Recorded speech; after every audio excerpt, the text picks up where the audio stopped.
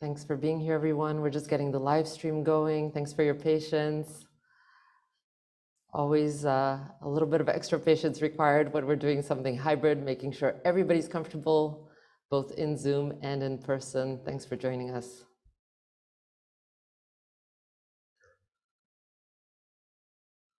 All right. So here we are. I think we're ready to roll. So bonjour et bienvenue tout le monde. On behalf of all of us behind the scenes here at Fourth Space, welcome to the participants, the judges, special guests, and audience members who are joining us in person and virtually to meey-WAH-tsee-moo, the Indigenous Directions Storytelling Award Competition. We are thrilled to welcome you in person, as I said, and online to Concordia University's Fourth Space, where we work to connect people to the initiatives, research projects, and dialogues happening across the university via daily happenings, such as today's. We are recording and live streaming this event, and I'll pop those links into the chat momentarily. And we are having judges, one judge who's joining us virtually, one presenter who's joining us virtually, and the other folks are here with us in person. So to officially open up this event and welcome you in, it's my great pleasure to pass the floor to Senior Director of Indigenous Directions, Manon Tremblay. Over to you, Manon. Welcome. Thank you. Tanse kakio, mio apista kisko mina mistawa, miywâcimo equeate spaik. Manon Tremblay, si Kashun mina nehioskunia, waske kusakai kanikutnia, tikepe hunani nete. So good afternoon, everyone, and welcome to the first edition of Miywâcimo, a competition that showcases the research of Indigenous students. So my name is Manon. As Anna said, I'm a Plains Cree from the community of Muskeg Lake, and I'm also the Senior Director of Indigenous Directions at Concordia. Miywâcimo is a Cree word that means tell a good story. And this is exactly what we're looking forward to today. We want our student finalists to tell us in 4 minutes or less, no pressure, what makes their research compelling and how their research can have a positive impact on our communities. But first, to ground us in our own worldviews, to honor all of those who have come before us, and to lift up our finalists, as well as our judges, we acknowledge the land that we stand on today, and we speak the words that come before all else. And so, I'd like to acknowledge the incredible honor and privilege to live, work, and play in the traditional, ancestral, and unceded territory of the Kanien'kehá:ka people. This land, called Tiohtià:ke in the beautiful Kanien'kehá:ka language, and Muun'yanak in the equally beautiful Cree language, is a historical gathering space for many indigenous nations, and today is home to people from all over the world. My own family's journey has taken us from Treaty Number 6 territory to Tiohtià:ke, and I continue to look up to my Haudenosaunee brothers and sisters for guidance in my work, as well as in my private life. Now I'd like to introduce you to Belle Phillips, who will deliver the Ohana Galewategwa. I'm sorry if I did not say that properly. I always struggle with that word. The words that come before all else. So Belle Gankatseha Phillips is a Kanien'kehá:ka from Kahnawake. Belle is pursuing a BA in Human Relations with a concentration in Community Development, along with a minor in First People Studies. Belle was able to learn her language from a very young age, and may I say that in this United Nations decade of Indigenous languages, young speakers like Belle give us all hope for the future of our languages. Belle is also the undergraduate student representative on the Indigenous Directions Leadership Council. So if you would all join me in welcoming Belle.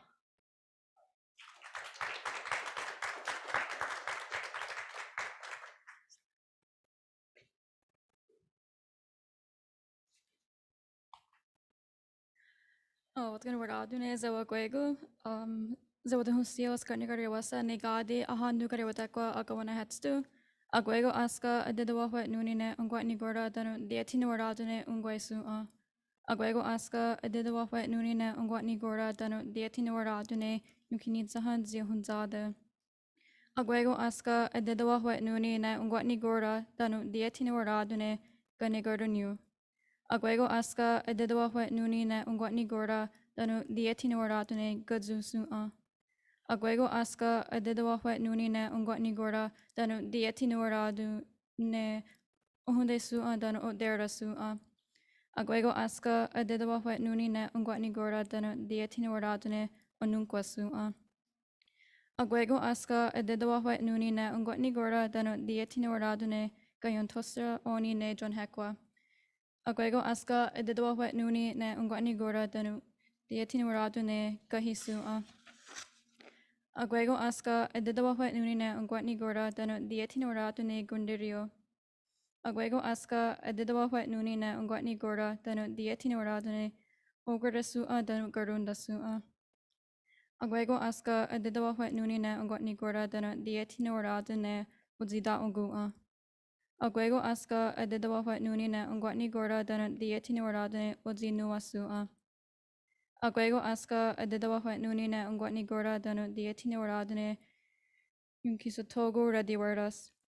Agwego aska adedawahwet nuni ne ungwat ni gora danu dieti nuaradu ne gayeri ni gagwerage. Agwego aska adedawahwet nuni ne ungwat ni gora danu ditsidin nuaradu ne sungwaidzi joganeka garakwa. Agwego aska adedawahwet nuni ne ungwat ni gora danu dieti nuaradu ne yunkisota asantaneka garakwa. Agwego aska adedawahwet nuni ne ungwat ni gora danu dieti nuaradu ne yujista quarternu. Agwego aska adedawahwet nuni ne ungwat ni gora danu ditsidin nuaradu ne sungwaidizu. Toka tena sa ungwat ni guha izegi ne ona zazewakwa gohadu ona wadewari wa hudungo nuwa toniwanage to.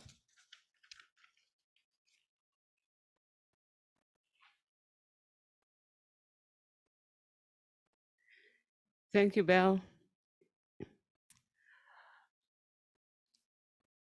Okay, so now I'd like to introduce you to our esteemed judges.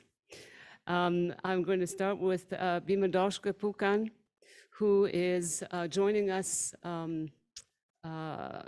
online through Zoom. So Bimadoshka is an Anishtabekwe from the community of Saukin, which is located on the shores of Lake Huron. Anya, as her friends call her, is an assistant professor in the History Department's Center for Oral History and Digital Storytelling, as well as in the First People Studies program. Her seminal research with cylinder wax audio recordings have provided her community with crucial insights into their history, their language, and their relationship to the land. We also have Nicolas Renaud, who is a Huron-Wendat from the community of Wendake near Quebec City. Nicolas is a filmmaker, a video installation artist, who has been creating documentary and experimental work for the past 20 years. His latest short film, Florent Volant, I Dream in Innu, is a portrait of the legendary Innu musician and his relationship with the caribou. Nicolas is an assistant professor in First People Studies and is part of the Indigenous Futures Research Center. Ron Abrera is a Ganyangehaga from the community of Gahnoage. He has worked in the field of entrepreneurship and Indigenous community economic development for over 30 years. A US Navy veteran and a Concordia alumnus who completed his MBA here in 1995, Ron has taught entrepreneurship at the John Molson School of Business since 2002. Ron is also a member of the Indigenous Directions Leadership Council. And last but not least,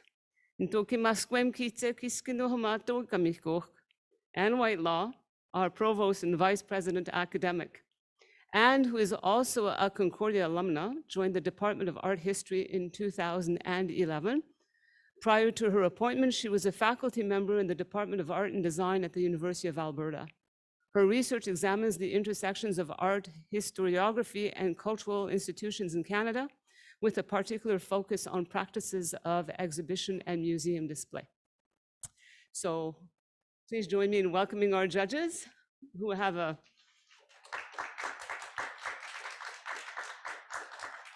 a very important and I think very difficult task, because I will admit that some of us have already heard the practice runs of these students, and I think that it will be difficult to choose a winner amongst all of these fantastic students and their presentations. So before we start, I just wanted to give you an idea of the order of proceedings. So we have 4 finalists today who will make a presentation of no more than 4 minutes. You'll see that the word for seems to appear a lot. That's because for is very significant in our cultures. After each presentation, there will be a short question and answer period where judges and audience members will be able to ask the finalists questions. After all the finalists have made their presentations, we will take a short break while the judges deliberate and choose a winner and a runner-up. We will then reconvene and the judges will offer us their remarks and announce the winners. Finalists will be judged on their creativity, their ability to engage with their audience, the potential impact of their research on Indigenous peoples and their communities, and the clarity of their presentation. So at this point in time, I'd like to introduce to you Aiden Kondo, our events coordinator. Aiden is a meey-WAH-tsee-moo from the community of Gizkapegiak, located in the beautiful Gaspésie region. He is enrolled in the First People Studies program, and he's a valued member of my team who can always be counted on to provide a grounded student perspective in many issues. Aiden will facilitate the presentation part of our event. So over to you, Aiden.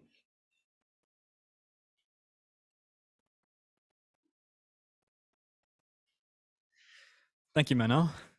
Gwe, Biskwa, Msitwen, Ninde Louisi Aiden Kondo, Nin Migma, Wegie Geskabegia. Hey everyone, welcome. My name is Aiden Kondo. I'm meey-WAH-tsee-moo from the community of Geskabegia. And I'm really excited to introduce our first candidate for tonight's event. So our first candidate, Amanda Shawwamesh, is from the Animbigu Zigagan, Anishinaabe, Ontario, about 3.5 hours northeast of Thunder Bay. She has been living in Jojage, Montreal for about 9 years, and she moved here to further her education at Concordia University. Last spring, in 2021, she graduated from the First People Studies undergraduate program, and she is currently completing her first year in the MA Individualized program here at Concordia. So Amanda, the stage is yours.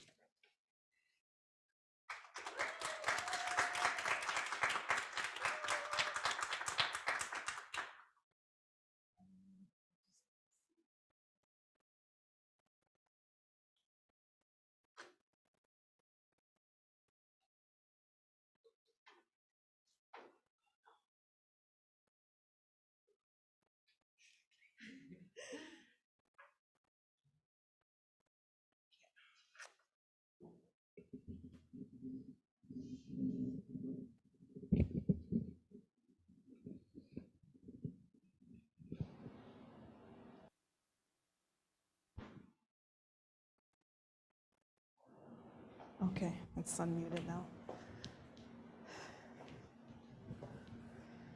Okay. Hi, everyone. My name's Amanda Shawwamesh, and I'm going to introduce myself in Ojibwe.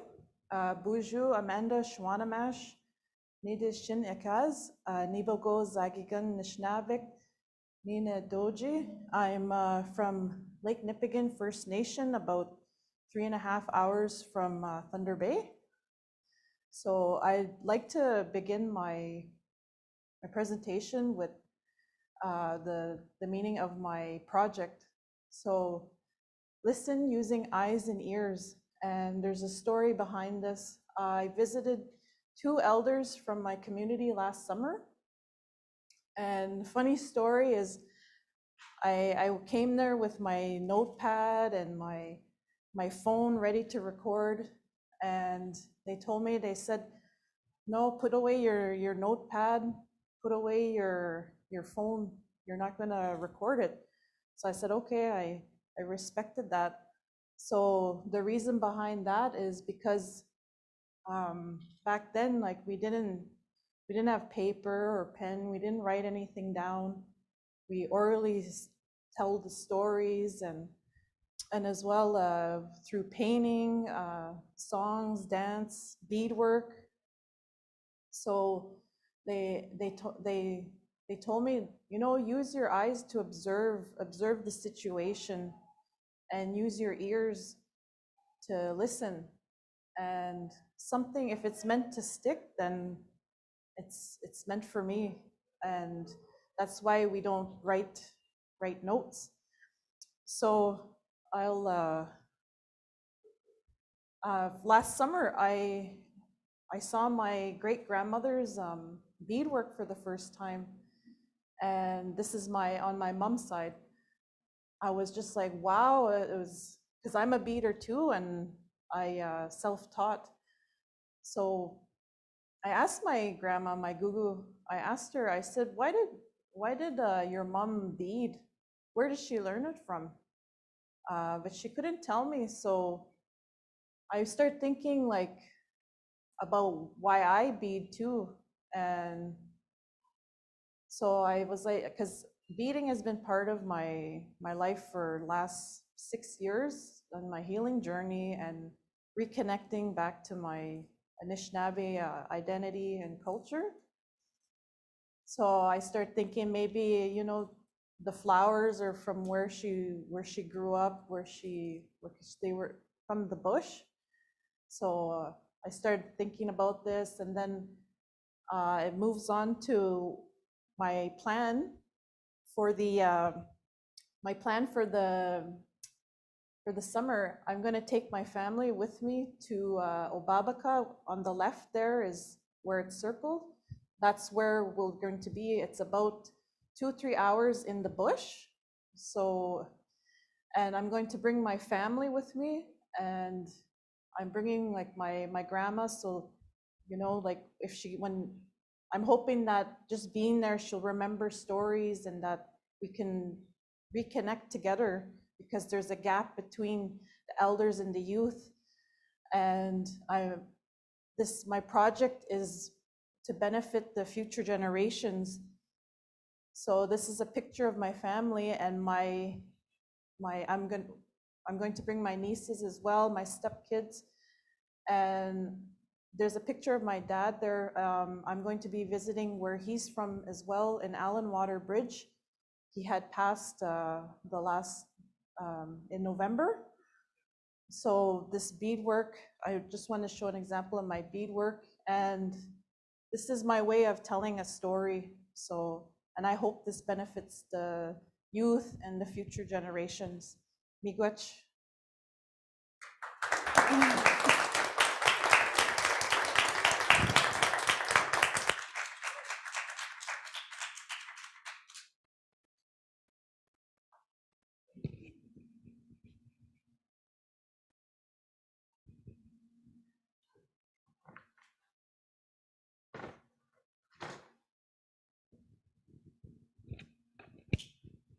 Are there any questions from the judges or from the audience for Amanda?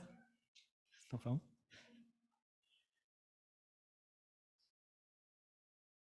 Ron?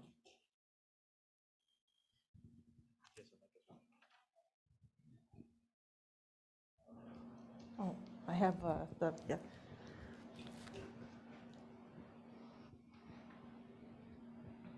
So Amanda, maybe you could tell us a brief story about one of your pieces of beadwork. The actual beadwork you showed had a linear story. Yeah, I guess I can't put it on, but it was last summer. I was at the Ghana Satake powwow, and I met this family, this mother with her 3 kids, her 3 daughters, and they just loved my beadwork that I was selling. So then one of her daughters is a dancer. So they asked me, they said, would you be able to make like because it's like a choker? So I used the loom, and I said, yeah, I can. They said, just whatever comes to you. So this was specifically made for a dancer there.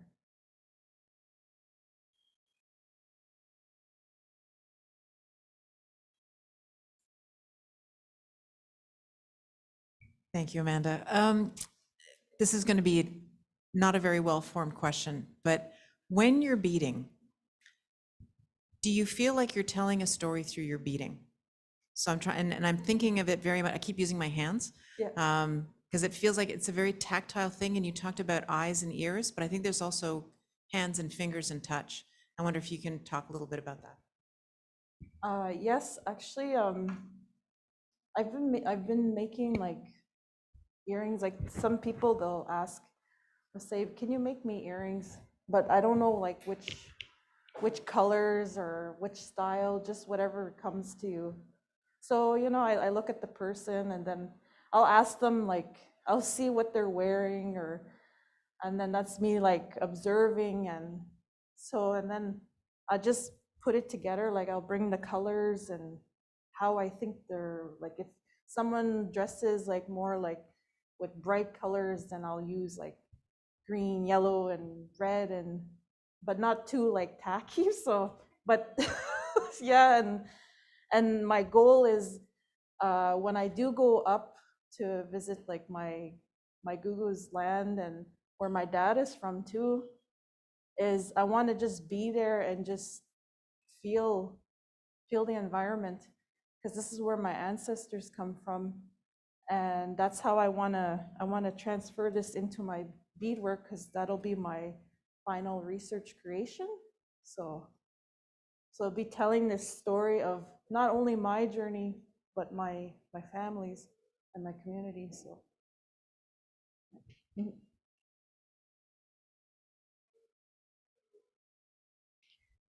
I just? Oh.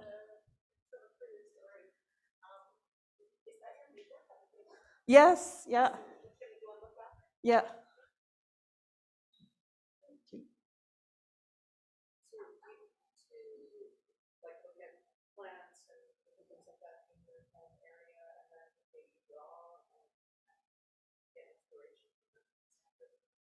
Yes, well, I wanted to take like, I wanted to make my own beads, not all of it, but combine the glass beads and the natural beads. I'm thinking wood.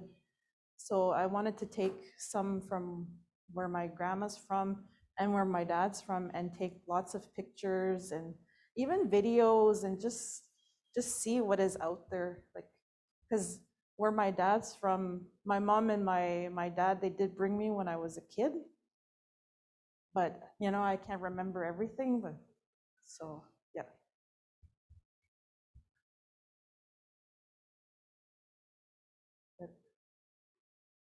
Yep. Okay.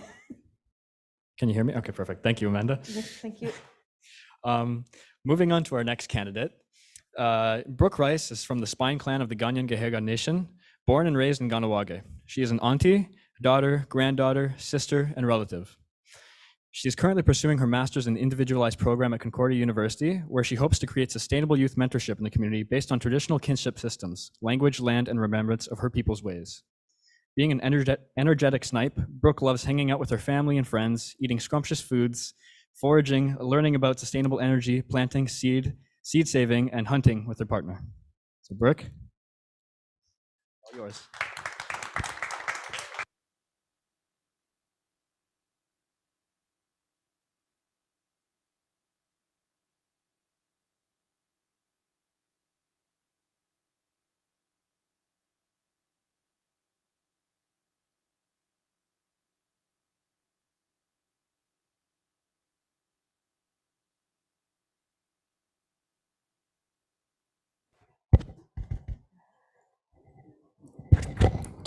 Testing.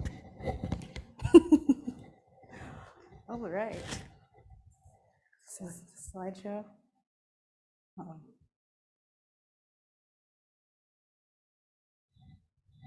Where do I? Okay. Seguzo guego, what conuhorado, Gaditiragosyajat, Waganasioni Wagitarada, Dano Gahnawagani de Wagano, Asaniwasa Asa, not the Wagausiriago. So, my English name, most of you know me here as Brooke. I've seen 33 winters, I'm Snipe Clan, and I live in Gahnawaga. My Ganyagaha name means she gathers the flowers. And here's a little image of the community and where I like to forage and hunt and fish. So I have many hats and many roles. I'm a granddaughter, a daughter, a sister, cousin, and most of my favorite role is being an auntie.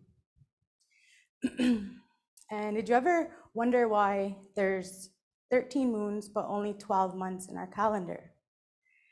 This is what my research has really brought me to, is honoring Radinoshuni epistemologies by remembering the stories of sky women who becomes Grandma Moon, who is Yoji Dizu. And following these cycles, as you can see, like Onuratoka, we are approaching, the leaves are budding. So everything's very relational to the land, descriptive. And in that story, in that moment when she's falling, she's able to harvest and grab those roots. Some versions say she falls, some versions say she's pushed because she was pregnant and had certain needs and wants. And she's greeted with the wing beings. They place it on the turtle's back where she shuffles. She shuffles in a counterclockwise direction, and the land grows and grows and grows. So from that, I looked a lot deeper, and I dedicated an entire year to attend each ceremony. And if you look at the turtle's back, they have 28 scoots, which follows the entire lunar cycle, from a new moon as it's waxing to a full moon as it wanes. And each moon has a particular ceremony. And during that immersive research, there was so much remembering just by doing, by being on the land. And it wasn't a solo journey. I always had to find elders. I had to find knowledge keepers, people who left those foot tracks before me to guide me. And man, do those elders have funny stories. Real good medicine. And it just so happened that it coincided with my sobriety journey as well.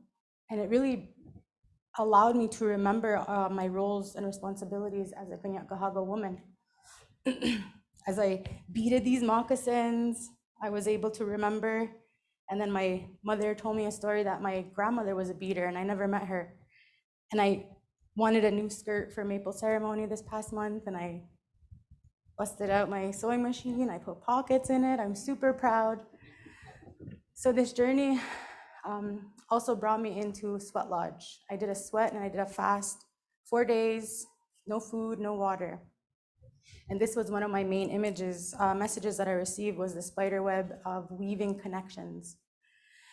And here's a compilation of all of the land-based learning that I immersed myself with. I brought my family along the way. I was able to harvest, to forage, and to put all of that ceremonial knowledge into real life doing. So my plan is to exchange this and bring it into the community and share it with all the youth in my community and have that intergenerational transfer of knowledge. Yamakoa Toniawanage. 4 minutes. 4 minutes.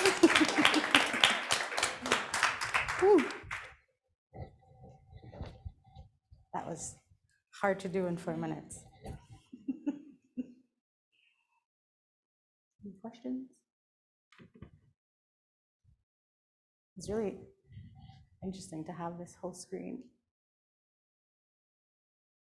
Hey, Bimadoshka. Hi, I got the error beep beep beeps for my computer, but I didn't know what I pressed wrong. That was a great presentation, Brooke. Very exciting. Can you just tell me about maybe any academic influences on your current work?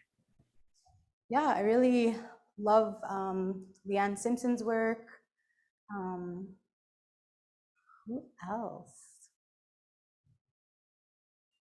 Oh, my God. Oh, Tom Porter, because he literally just transcribes everything his grandmother said and put it in a book. So like, that's almost like a Haudenosaunee Bible.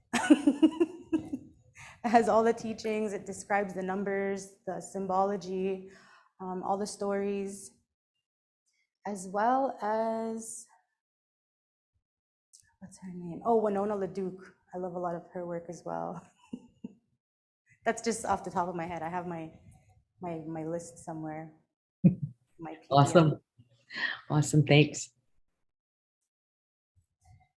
Anybody else?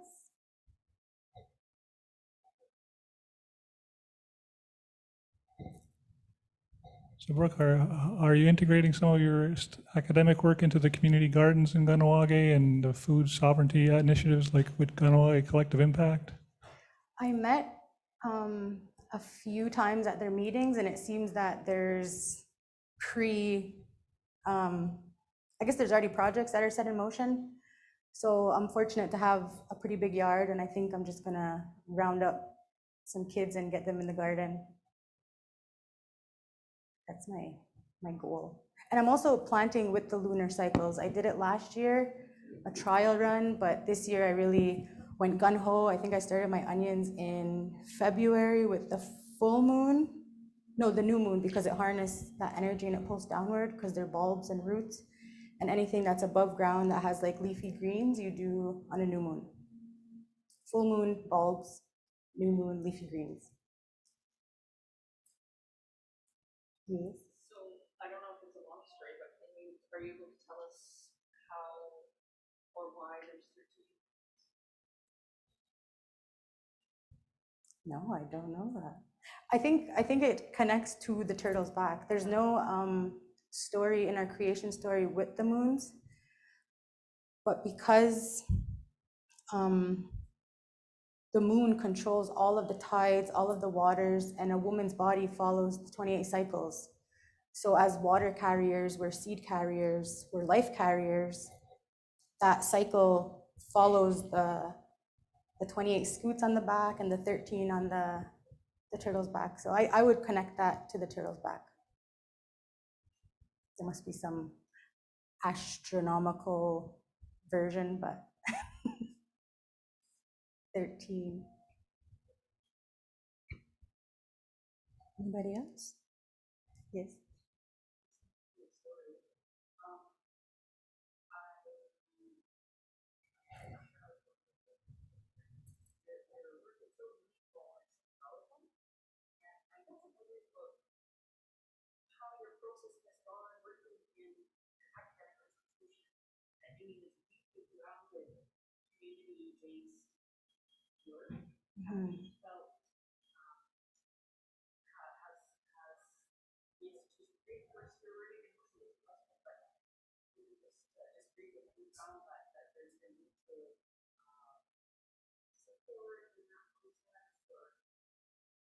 So the academic journey, that's what I wanted to write about a big chunk, because it's like always an internal struggle.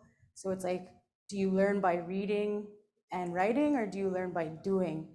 And that's what I noticed, where I was putting my readings on hold to say I'm going harvest sap because those trees don't stop flowing. The fish don't stop swimming, like all of these things. It's a natural cycle, and it's like we're trying to put our ways in a restricted box in a book. And I feel like sometimes there's a struggle where it's like they want a reference, and we're not able to have those thoughts on our own. It always has to be someone else who said it.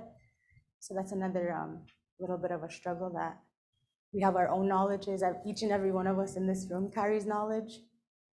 So that's my struggle. And when it comes to support, I would say all of the students, there's a really good crew of us that started in the Indies program. And I think that support that we had with each other was most helpful. You're welcome. I would have an open question, but so you said that you committed to the full calendar of ceremonies, and you talked about epistemology at the beginning. So you can answer however you want. I'm wondering, as an inner process, like within yourself, how you react to things, how you dream, how you think, whatever, how that might have changed something. Yeah, I think it was a big moment of, I think I was really down and out and low, and I remember looking up and the moon was just so big and bright. And I just started asking, like, what's my purpose? Am I honoring my ancestors? Like, how am I leading a good life? Are they happy? Because my dad passed 10 years ago, my grandfather. And I was like, no way. I was a young teenager into that party life. And it's like something snapped. And I started asking, what's my purpose? What's my role? I'm like, send me a circle of women, send me a clan mother. And it happened. Like, my dreams became more vivid. I was able to I did a sweat lodge, like this clan mother in Agozasne put out a calling, and I never did that before, 4 days. And she said, I don't suggest it. She said, but if you're feeling the call to answer, she's like, you can do it. And when we finished, we were greeted with 13 elders that they all transcribed our messages and our dreams. And I think it's somewhere, one of these books I was reading, it says dream as methodologies and like our intuition. So that was nice to feel like validated that that does count, like our dreamings and those messages. And just honoring those traditional kinships, like in our Ohando Guri Wadekwa that she did this morning. We call the sun elder brother sun, the moon is grandma moon. It's like these relationships to know that you're not alone. And I feel that really helped me on my journey to keep going and to just believe that like your ancestors are around and they're listening and they're always there. So it's very, very interesting process. Perfect. Thank you, Brooke. I think this is on. Done? I think we have the 4 minutes. And I see in the chat that the virtual audience isn't able to hear, so I'll be walking around. When you have a question, I'll be passing the mic. So I guess we can. Sorry. No problem.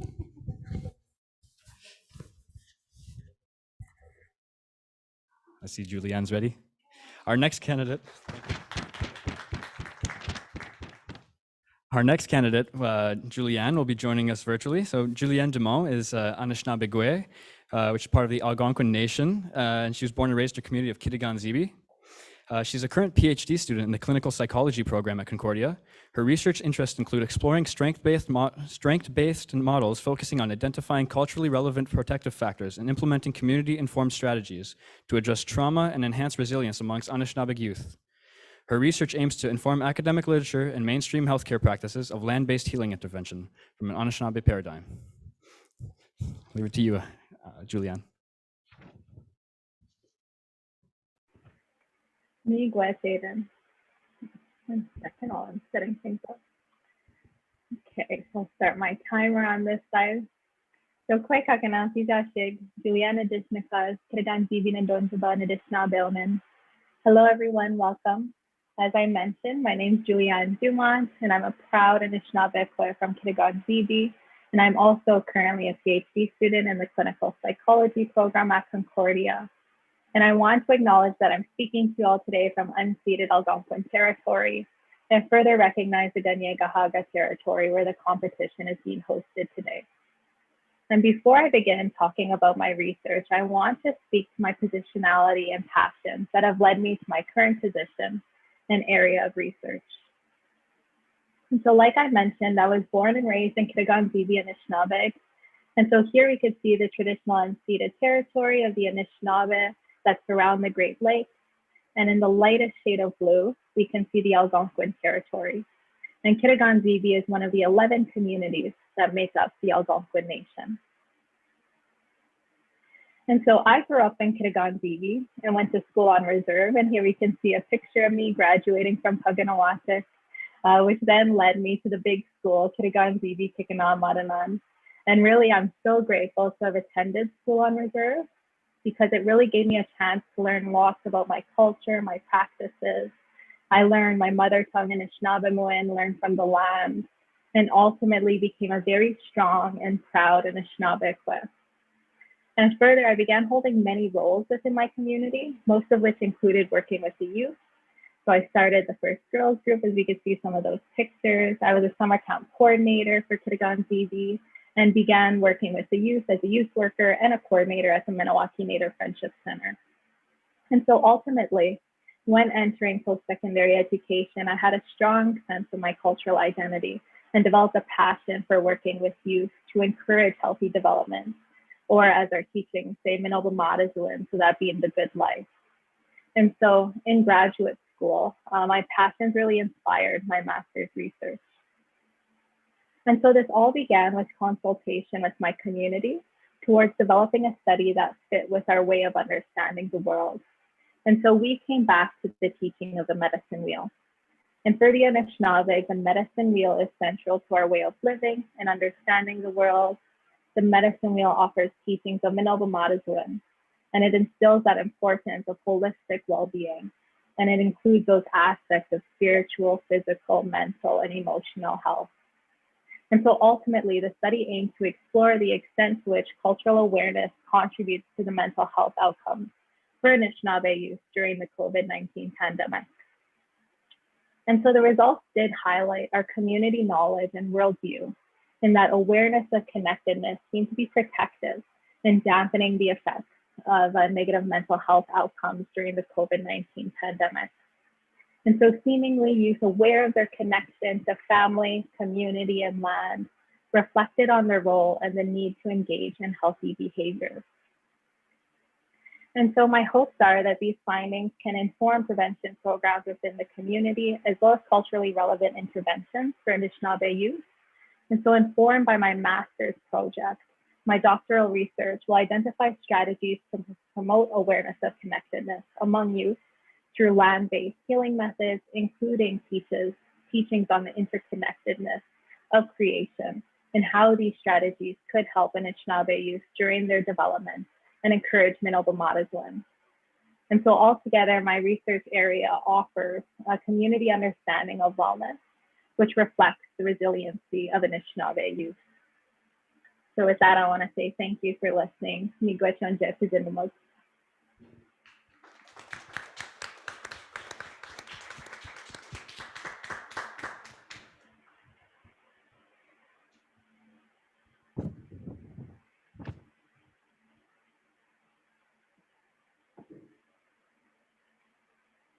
Hi, Julian. Thank you so much for that. That was fascinating. So as a PhD student, you know, the expectation is to write a PhD thesis, and how are you thinking that I'll say your final outcome could be a dissertation, could be something else, but how do you think, are you thinking, and is there support for thinking differently about what the final project and the final outcome will look like to align Indigenous ways of knowing, connecting with community, and your vision of how you can bring your knowledge from Concordia back to the community and knowledge of your community back into Concordia? Mm-hmm. Yeah, very relational. And that's how I kind of try and look at my research, as being very reciprocal. And so from the beginning, I started with consultation with the community, but something I didn't touch on, which might be important, is that we also developed a data access and ownership agreement with the community. So the community has full control over the project and over the data. And so this is something that was set out at the beginning, and really to set up that relationship between, well, myself and my community, but also myself with Concordia and the community as well, to respect that relationship. And so throughout the study, there was consultation. And there was also, at the end of the study, with the results that I shared with you all, I also shared with the community and how that can really impact youth programming right now in the community. But then vice versa, I also did finish with a thesis. So this was actually written up and completed. And I think that's also important to add to the literature. So as a student in post-secondary, there wasn't much I could lean on and towards when looking at protective factors, those strength-based models when working with Indigenous youth. So to me, that was really important to add to that literature area as well, but also keeping my ties with the community and recognizing my research is for the community, it's with and for community. And so I think that's how I see it, in that balance between both. Yes.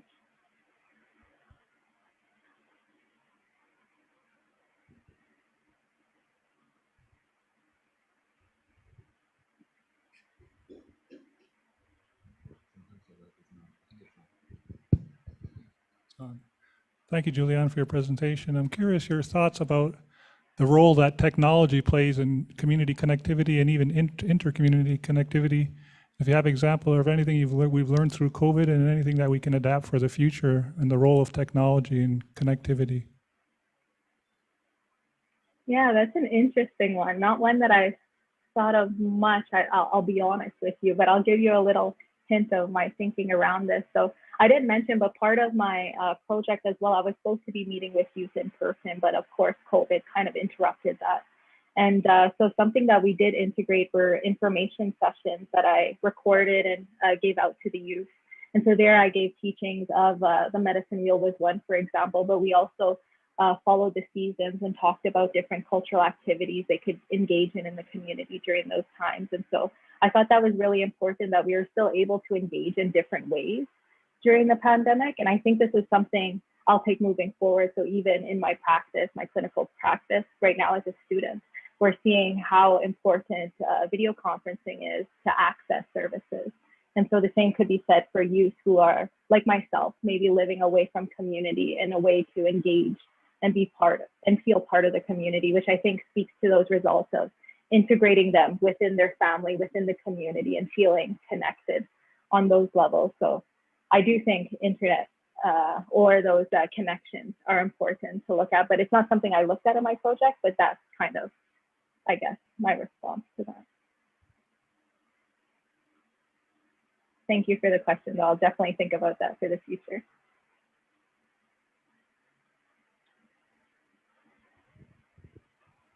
Hi. Hi, thank you so much for your presentation. I have a question regarding research ethics. And as you mentioned, your research is in partnership with community, and community has control of the outcomes. And I think that's so important when we're working with our communities. And I wonder if you encountered challenges in doing the conventional research ethics, because I found that that kind of ownership, shared ownership, is not recognized in those conventional ethics frameworks. And I just wondered if that was the case for you and how you got around it. Yeah, and so for me, that wasn't the case. So Concordia was very supportive of the data ownership and access agreement that I had put together, and I was able to be in communication with a representative from Concordia as well as a representative from the community, and we all shared in the creation of this document. And it was really supported. But maybe one thing I could add to that that may be helpful is I also took the OCAP. OCAP provides their own workshops and teachings on how to abide by the ownership and all that OCAP stands for. And so that might be something important to come back to that I really used as a guide when I was creating my document before I consulted with Concordia representative and the community representative. So that's kind of what got me my step in, if that's helpful.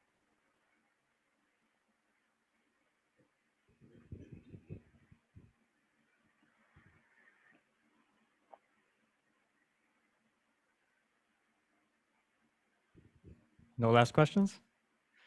Thank you, Julian. I'm glad, Aiden.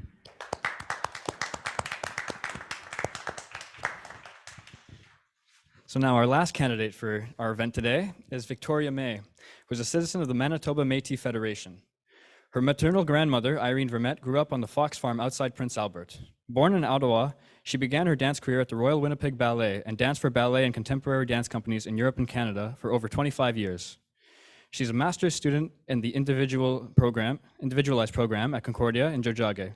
Her research creation is a love letter to her ancestors and will culminate in a multidisciplinary dance performance about embodying Michif and the dances that guided her home.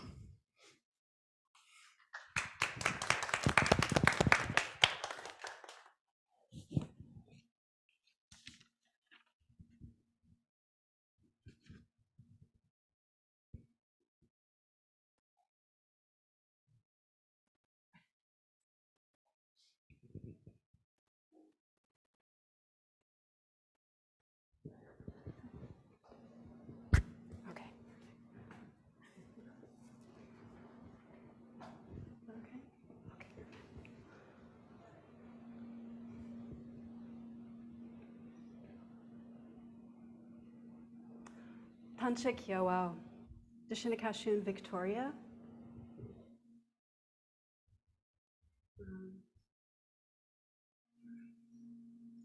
Yeah, sure.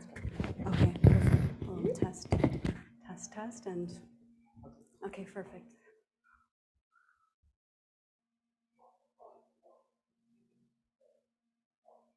You can start the timer.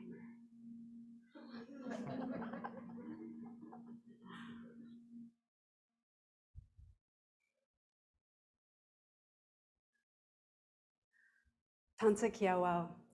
Dishinakashun, Victoria May, Doschin, Prince Albert, Saskatchewan, Mafami, Shinakashun, Vermet, Delorme, Sayer, La Liberté, Vilbrun, Gaudry, Pepin, Davis, Iwikin, Jajage, Limachifnia.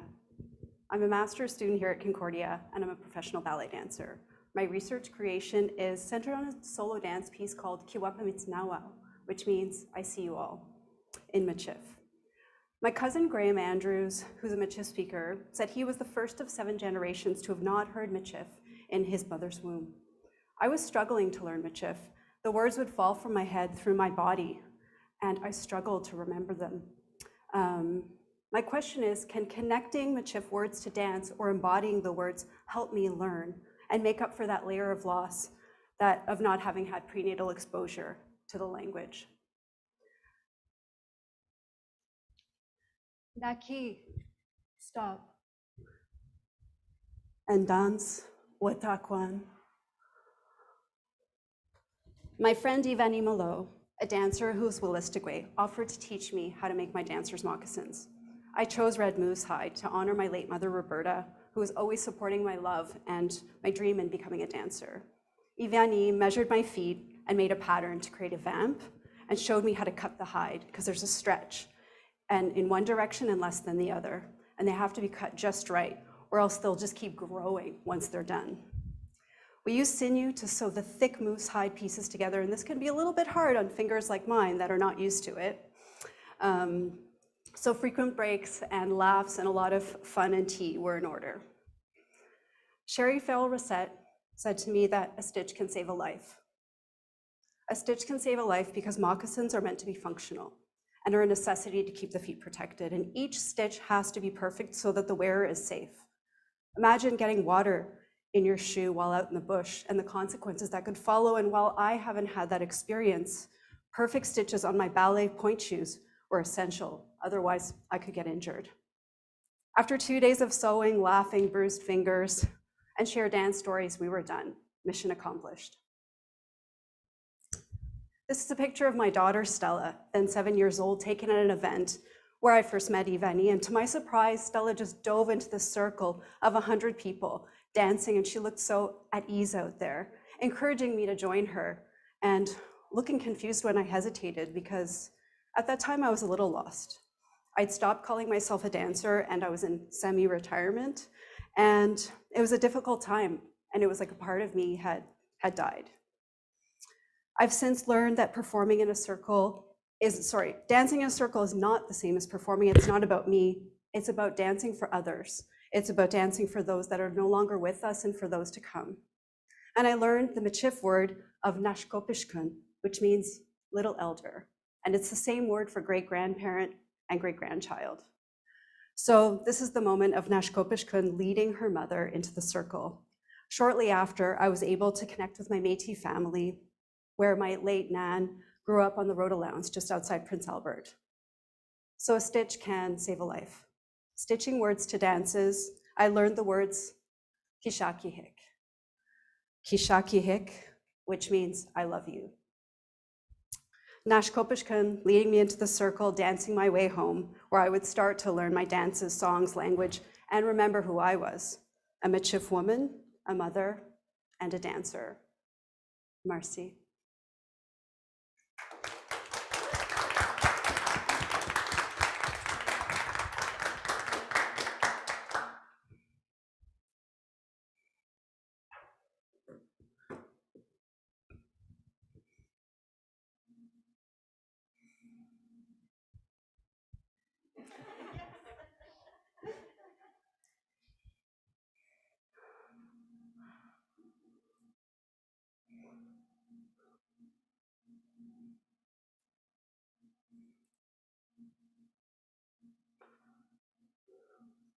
So are there ways that ballet and indigenous dancing overlap, and is different indigenous dancing by different nations? That's a really good question, and it's actually a focus of my future research project of how ballet affected indigenous dance when it was introduced to Canada in the 1930s. I'd say that the discipline and rigor you need as a ballerina would be similar to that of a Indigenous dancer. I've only started to learn my own dances, my Métis dances, social dances, and jigging fairly recently. So it felt a little weird for me when people would say, oh, so you're a dancer. Can you do some of your Métis dances for me? And I'd say, I don't know them. So other than the universality of what dance means to all of us as performers and as artists, yeah, I'd say that would be the similarity.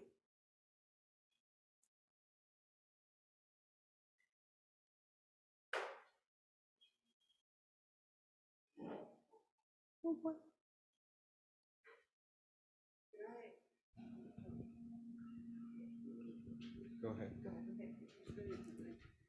So basically, almost on the same topic. Michael Grey Eyes is my cousin. Oh. And as you know, he was the very first ballet dancer, Indigenous ballet dancer. Mm-hmm. And he started out very young. You know, he started out by accompanying his sister to her ballet classes when she was like this high. Right. And because he was doing absolutely nothing while he was waiting for her to be done with her classes, the teacher just, you know, enlisted him and said, you know, while you're here, might as well do something, right? And he took to it like a duck to water.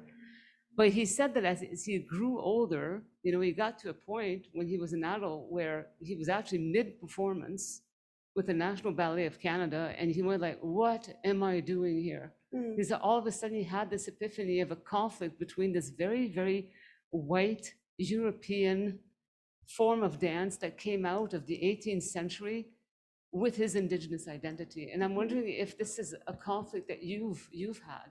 Absolutely.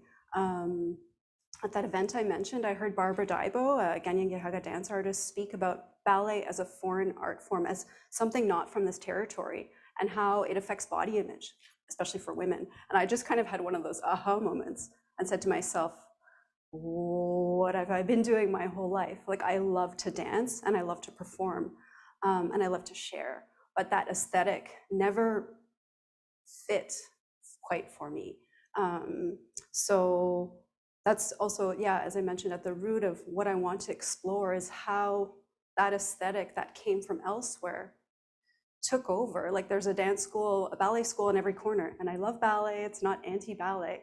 It's just, what would it look like if there was a studio where you could learn powwow dance, if it was appropriate, or Indigenous social dances native to the territory we're on, or Métis jigging and what have you. What would our dance look like? Art and culture are like a $63 billion industry in this country. And as Indigenous dancers, we represent less than what the demographic that we represent proportionally. So I'm looking at all the things that we're missing out on, the visibility, youth, and opportunity for them to grow and to represent themselves and our culture through this beautiful world of dance, through something that comes from here, not from outside.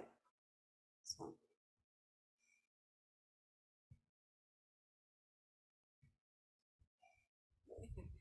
Hi, cousin. Hi, cousin.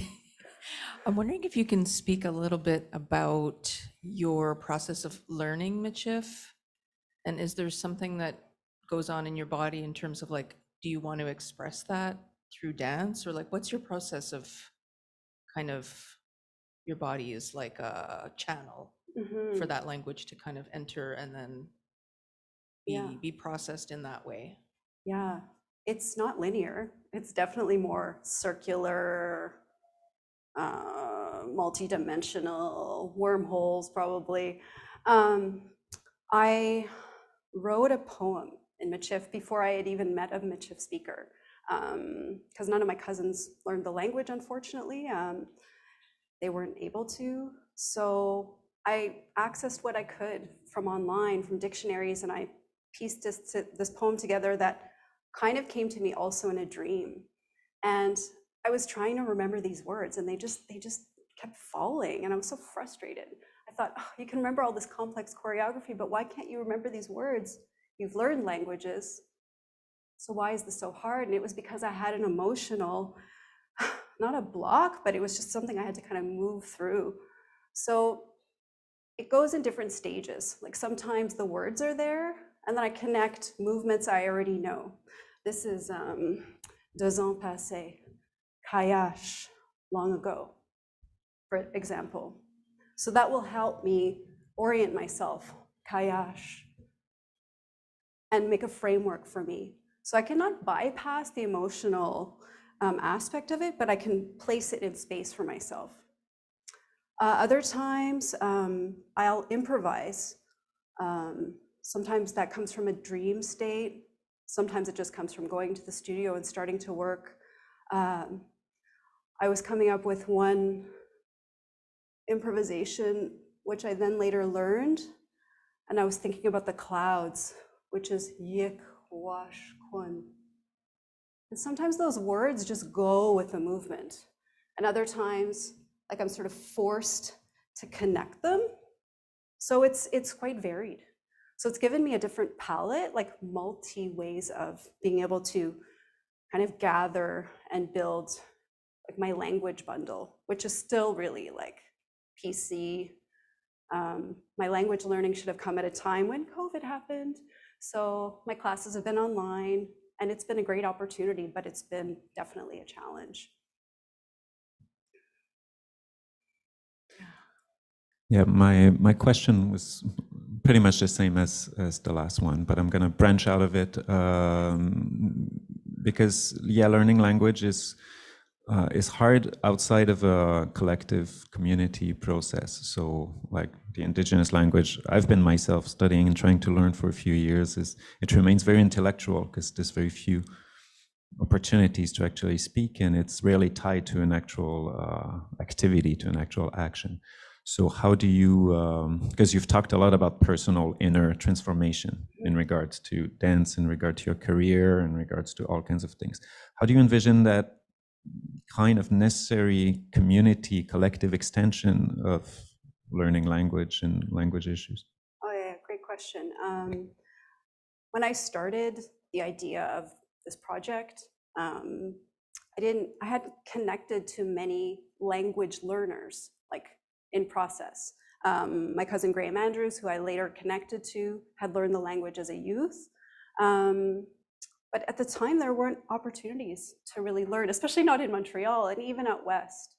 But since the explosion of the pandemic, there have been little online communities building, and there's been a lot of revitalization that's happened. And I'm not sure if it's just because I started my project and it, probably.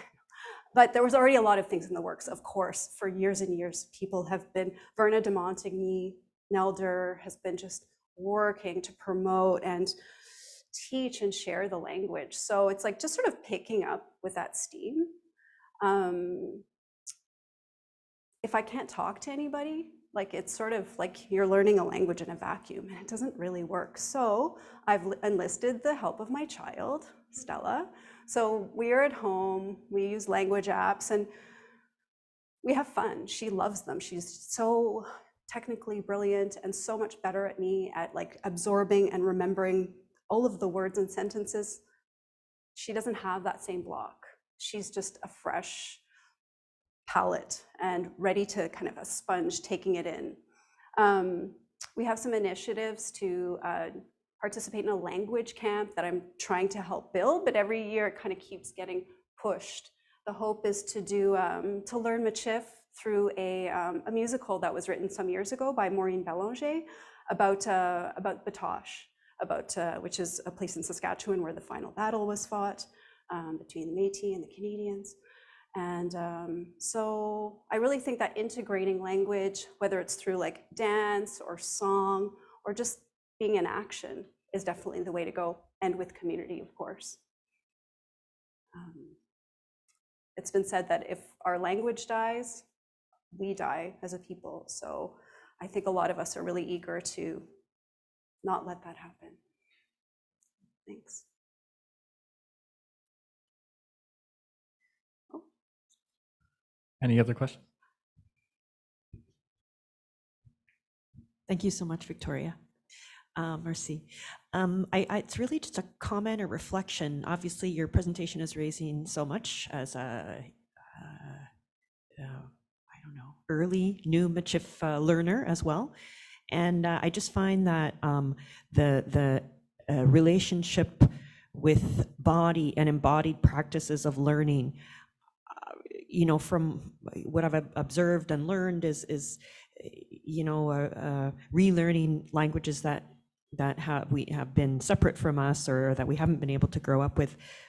I know that language learning must be an embodied, immersive, relational experience, but I know for many Métis, being outside of community or not having been raised in community or not having communities because of our history, it's just an interesting a reflection or interrogation or that you're involved with in terms of thinking about embodied language learning experiences when you say are living in an urban environment or not, don't have that land to go back to, or so I just wanted to say that. So thank you very much. It's really, really rich. Thank you. Any other last questions? Perfect. Thank you so much, Brooke. Victoria, sorry, my bad. So we had some very great presentations today. And before we move on, I just want to invite all of the candidates back on stage for our break, before our break. And are we able to have Julian on the spotlight?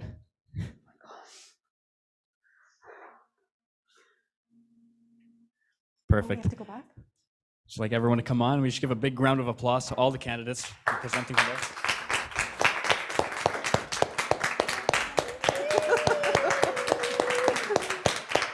Should we bow?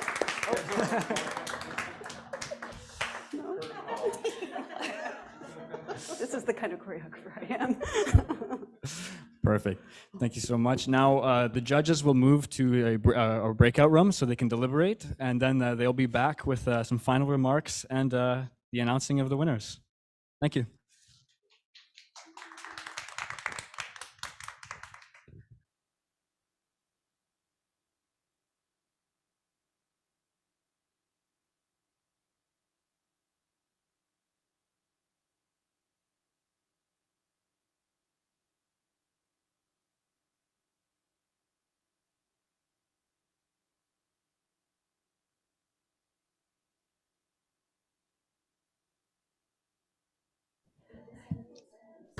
It looks like we're ready to be back online. Thanks so much for those of you on Zoom who are very patiently sitting behind the scenes. Here. All right. Stop in some music. Bimadoshka will get you on the screen with everybody. Julian as well. And I'll get myself off the screen.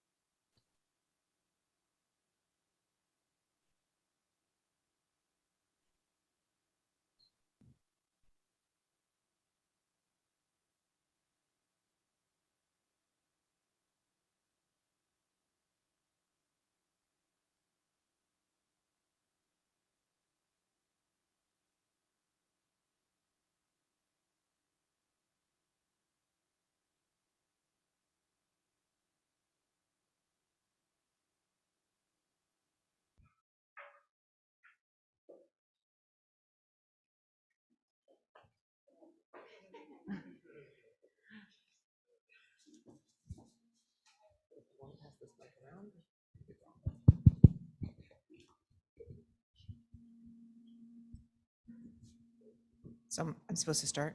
Okay. And supposed to start how? Are we? Okay, general comments. First of all, I will speak for all of my co-judges in saying that this was a very, very difficult decision because you were all extraordinary in terms of what you said, how you said it, the stories that you brought to us, and you were all very, very different. So that also makes it more difficult.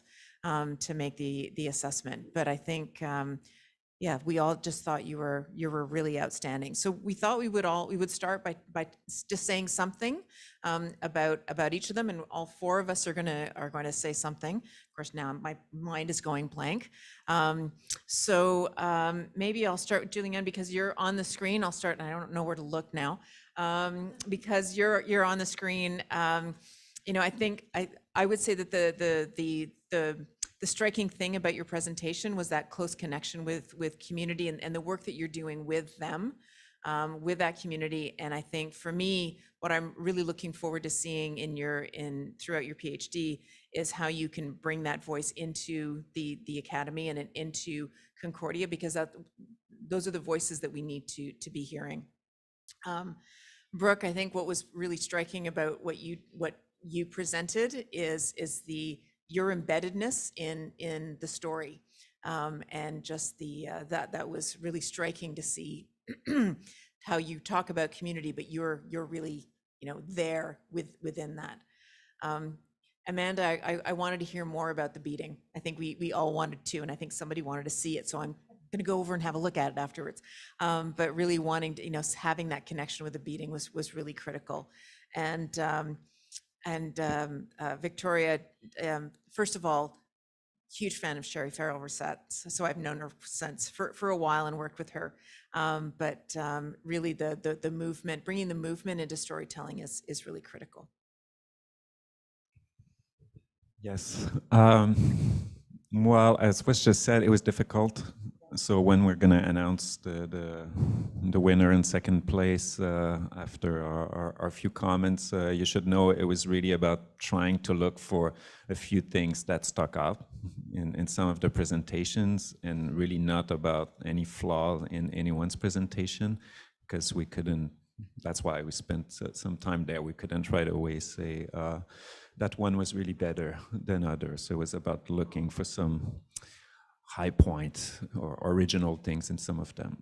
So what I would say personally, all of them were rooted in each person's culture. So that was really wonderful.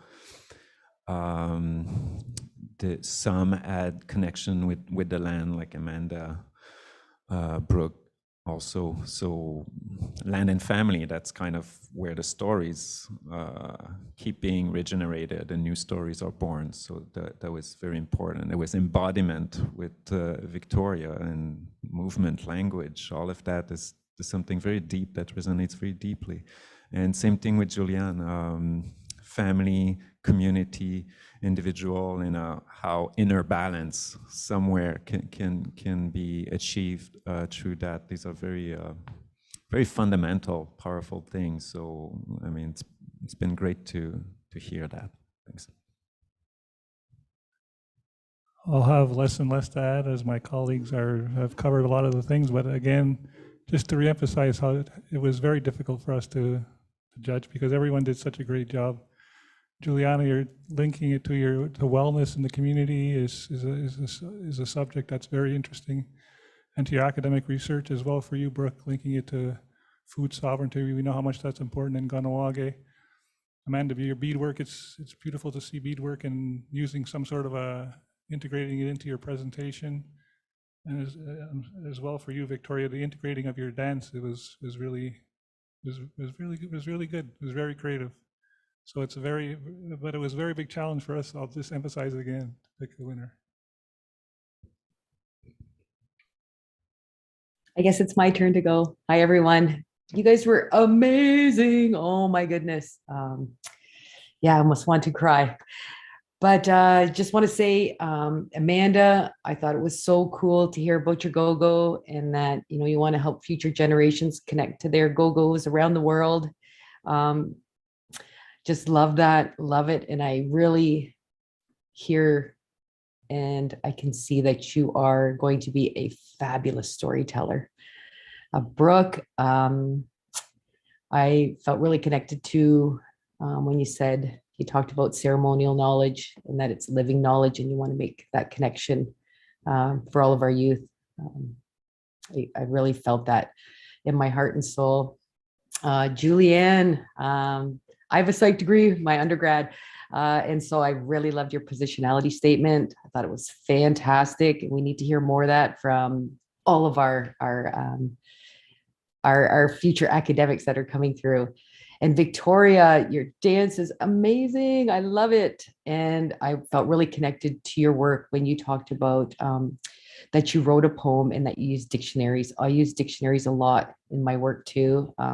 Without having that connection to a language speaker, we have to be creative and innovative in how we get our end results. So I was really, really impressed with everybody. And I agree with the other judges. It was really, really difficult to make this decision today. And yeah, I'm just going to pass it back over to the head judge, Anne.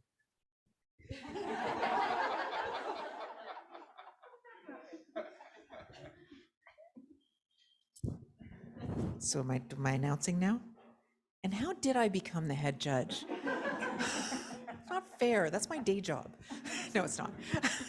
All right. So so we'll start with the I guess it's the runner-up. Okay. So the runner-up is Victoria.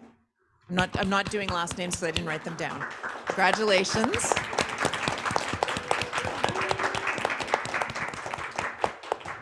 And the winner of Miywâcimo for this year is Brooke. Congratulations.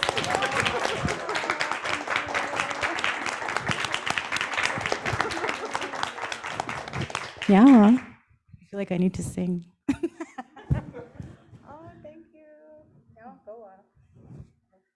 Tear up. I want to cry. Everyone's watching. I just want to say I have crystals in my bra.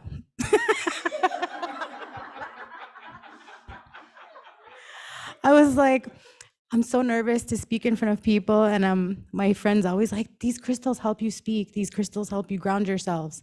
And I just learned that Ganyak Gaha means people of the Herkimer, and it's not people of the Flint. So I just want to share that, our rock medicine. Thank you so much. And on that same note, I had a crystal in my point shoe.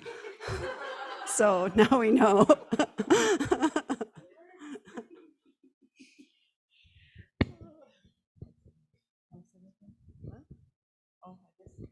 I guess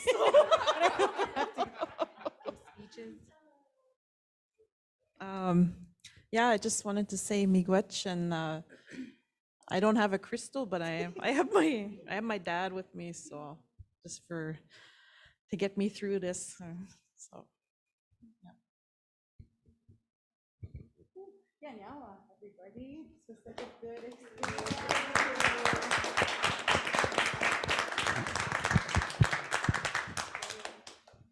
Yeah, and I mean, I guess we can thank the organizers too to make sure that the 4 finalists also gets a prize. So we hope that it helps everyone advance in your research and your project. And it made it easier for us too, the judges, because if we had to leave someone out of any kind of help in their research for doing this, that would have been really heartbreaking and very difficult. So thanks for structuring it that way, and thanks for organizing it. And it was a great event. Thank you.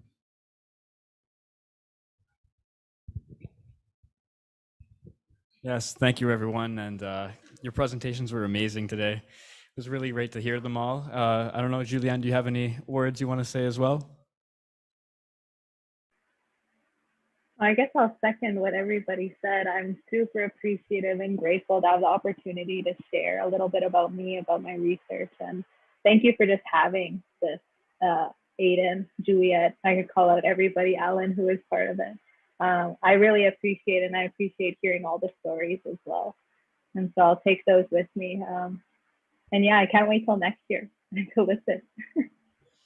Perfect. Thank you. And I just want to say a huge thank you to everyone that came here today, our in-person audience, our virtual audience, the judges for all the work, for listening and making some very heavy decisions, and Fourth Space for having us here. To end this event, I'll be inviting Belle on stage to give some closing remarks. And with that being said, just really thank you everyone for today. It was amazing.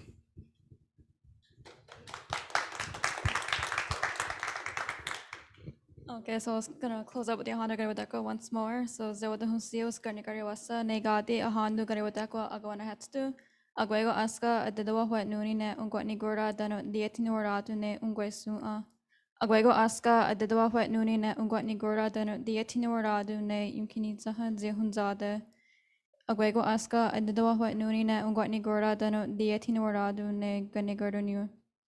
Aguego Aska, Adedawa Wet Nunine, Ungwatni Gora, Dano Dietinuradune, Godzusua. Aguego Aska, Adedawa Wet Nunine, Ungwatni Gora, Dano Dietinuradune, Ohundesua, Dano Oderasua. Aguego Aska, Adedawa Wet Nunine, Ungwatni Gora, Dano Dietinuradune, Unukwasua. Aguego Aska, Adedawa Wet Nunine, Ungwatni Gora, Dano Dietinuradune, Gayantosra Oni Nejon Hekwa. Aguego Aska, Adedawa Wet Nunine, Ungwatni Gora, Dano Dietinuradune, Gahisua. Aguego Aska, Adedawa Wet Nunine, Ungwatni Gora, Dano Dietinuradune, Gunderio. Aguego Aska, Adedawa Wet Nunine, Ungwatni Gora, Dano Dietinuradune, Ogardasua, Dano Gardundasua. Aguego Aska, Adedawa Wet Nunine, Ungwatni Gora, Dano Dietinuradune, Ozida Ungua. Aguego Aska, Adedawa Wet Nunine, Ungwatni Gora, Dano Dietinuradune, Uzinuasua. Aguego Aska, Adedawa Wet Nunine, Ungwatni Gora, Dano Dietinuradune, Yunki Soto Gora Diwaras. Aguego Aska, Adedawa Wet Nunine, Ungwatni Gora, Dano Dietinuradune, Gayeri Nigogorage. Aguego Aska, Adedawa Wet Nunine, Ungwatni Gora, Dano Dietinuradune, Sungwadzi Jokaneka Garakwa. Aguego Aska, Adedawa Wet Nunine, Ungwatni Gora, Dano Dietinuradune, Yunki Sota Asuntaneka Garakwa. Aguego Aska, Adedawa Wet Nunine, Ungwatni Gora, Dano Dietinuradune, Yudisto Gordonu. Aguego Aska, Adedawa Wet Nunine, Ungwatni Gora, Dano Dietinuradune, Sungwai Dizu. Doga Tana, Sungwatni Guha, Izegi, Ne Ona Zazewa, Gohadu, Ona Wadewari, Wahodu, Nua, 21 again. To. Yawa. Thank you, everyone. So that wraps up this year's Miywâcimo event, and we look forward for everyone to come next year. This is going to be an annual event, and yeah, thank you, everyone.